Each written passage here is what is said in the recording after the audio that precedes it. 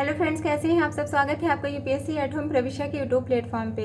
हम जो UP PCS की जो मेंस आंसर राइटिंग कर रहे हैं, जिसमें हमने जो टारगेट रखा है डेली 5 क्वेश्चन की आंसर राइटिंग करने का, उसी सीरीज़ में हमारा क्वेश्चन है जीएस पेपर फर्स्ट से।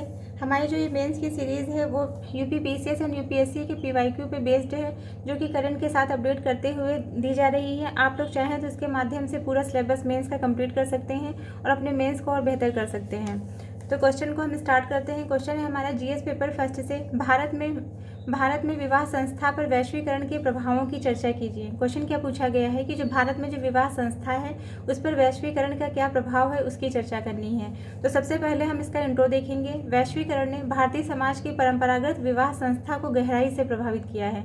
क्या किया है वैश्वीकरण ने? वैश्वीकरण ने जो भारतीय जो समाज की जो परंपरागत विवाह संस्था है उसको गहराई से प्रभावित किया है। 35% विवाह डिजिटल प्लेटफॉर्म से जो है प्रभावित हैं और पश्चिमी मूल्यों प्रौद्योगिकी और जो है बाजारवाद के प्रभाव से विवाह के स्वरूप, चयन और प्रक्रिया, सामाजिक धारणाओं में परिवर्तन आया है। क्या हुआ है? पश्चिमी मूल्यों से प्रौद्योगिकी और बाजारवाद के प्रभाव से क्या हुआ है? विवाह के स्वरूप और चयन प्रक्रिया में परिवर्तन आया है और सामाजिक धारणाओं में परिवर्तन आया है। 2011 की जनगणना के अनुसार लिव इन संबंध जो है 10% युवाओं तक स्वीकृत किए गए हैं। लिव इन रिलेशनशिप जो है वो क्या है? वो 10% युवाओं तक जो है स्वीकृत किए गए हैं। तो ये हमारा इंट्रो कंप्लीट होता है। अब हम इसके क्वेश्चन की जो मेन बॉडी का पार्ट है उसको देखेंगे कि भारत में विवाह संस्था पर वैश्वीकरण का प्रभाव।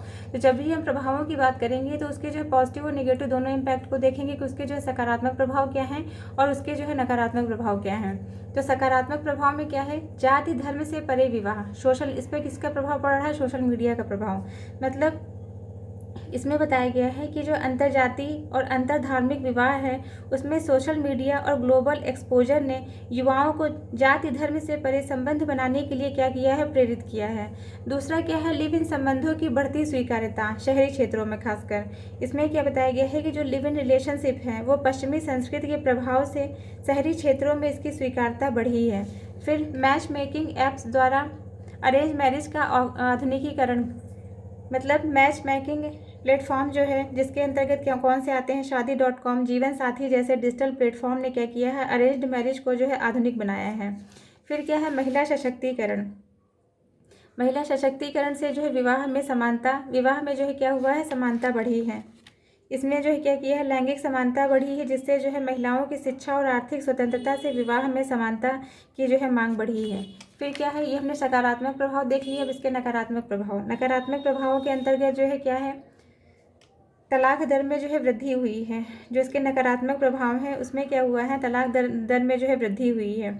इसके अंतर्गत जो है पारिवारिक मूल्यों का क्षरण हुआ है, जिसमें जो है क्या बताया गया है? जो पारिवारिक मूल्य हैं वो कमज़ोर हुए हैं, जिससे संयुक्त परिवार प्रणाली कमज़ोर हुई है। तलाक की जो दरें हैं वो बढ़ी हैं, जिससे जो है 1.1% से बढ़कर कितनी हो गई है? तलाक की दर 4.4% हो गई है। भौतिकवाद का उदय हुआ है, जिसके अंतर्गत दहेज महंगे हुए हैं। विवाह समारोह दहेज, इसके अंतर्गत क्या हुआ है? दहेज और जो है शादियों में फिजूल खर्ची का जो है दबाव बढ़ा है। फिर क्या है? इसके अंतर्गत बताया गया है तलाक दर में जो है वृद्धि हो गई है। भौतिकवाद का उदय हुआ है और पारिवारिक मूल्यों का जो है पारिवारिक जो मूल्य है उसमें जो है कमी देखने को मिली है। तो ये हमारा जो है भारत में विवाह संस्था के वैश्वीकरण के प्रभाव जो है वो हमने देख लिए, सकारात्मक प्रभाव और नकारात्मक प्रभावों के माध्यम से। अब हम इसका जो है कंक्लूजन देखेंगे कि वैश्वीकरण ने विवाह संस्था को लचीला बनाया है, परंतु सांस्कृतिक पहचान और पारिवारिक स्थिरता के बीच संतुलन आवश्यक है। भारत को जो है ग्लोबल मॉडल अपनाने की आवश्यकता है। ग्लोबल का मतलब क्या होता है? ग्लोबल प्लस लोकल मॉडल अपनाने की आवश्यकता है। तो ये हमारा क्वेश्चन कंप्लीट होता है। और आप लोगों को हमारी जो मेंस की सीरीज़ चल रही कैसी लग रही है हमारे कमेंट सेक्शन में ज़रूर बताइए। और ऐसे ही हमारे चैनल पर अपना प्यार और सपोर्ट बनाए रखिए और ऐसे ही लिखते रहिए। Thank you.